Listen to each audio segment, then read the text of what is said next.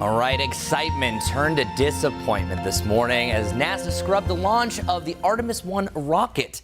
And it was all due to a fuel leak and an engine problem. So NBC's Chris Pallone joins us from Cape Canaveral, Florida this morning. What is the latest, Chris? We were so excited. We had all of our live streams going, and then all of a sudden you saw fire popping up next to the rocket. So what was going on, bud?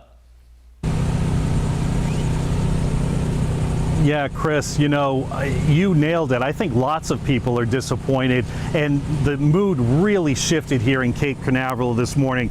There were hundreds, if not thousands, of people out on the beach. They came 1, 2 o'clock in the morning, staking out their positions, looking at the northeast sky, just eagerly anticipating this historic launch. And then when the word came shortly after the launch window opened that they were scrubbing the launch, you could tell some people who were kind of heavily online knew right away, and they started packing up their things and leaving, and others sat there for another 10 or 15 minutes still looking northward, and you just felt the air come out of the place. People were super disappointed. I talked to people who traveled from Boston, from Chicago, flying in specifically with their children to see this, and so it was a super disappointment for a lot of people, not only at NASA, I'm sure they're disappointed, but also the people who came out here.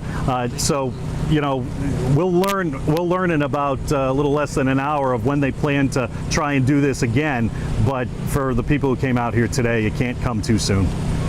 From your experience, what do you think is next? What's going to be the plan? I know a lot goes into this. Safety first, of course. This is a $40 billion rocket. We don't want to mess this up. What are all the plans, even though you're going to find out more details from your experience, that they're going to follow for maybe the next launch?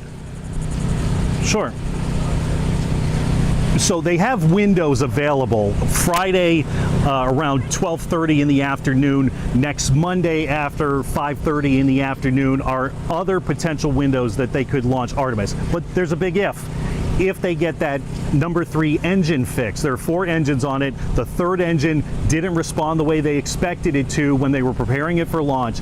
If they have to roll the entire rocket back into the vehicle assembly building to fix it, that could certainly delay beyond this week the repair. If it's something they can do, or if it's a software issue that they can fix that gets it ready pretty quickly and they don't have to move the rocket, then yes, we could see Friday or Monday. But it just goes to show how these launches are so complex that everything has to go right. They were worried about the weather this morning, and so that's something they're going to have to watch. It's summer in Florida. Storms pop up all the time, so you have that component, and then you have other ancillary issues like that hydrogen leak that was worrying the engineers for a little while. Then you go on to this engine problem, so everything has to go right to get this off the launch pad. Well, Chris, thank you so much. You can't see me, my fingers are crossed, and as a consolation prize, at least the beach is beautiful. So until next time, thank you so much, my friend.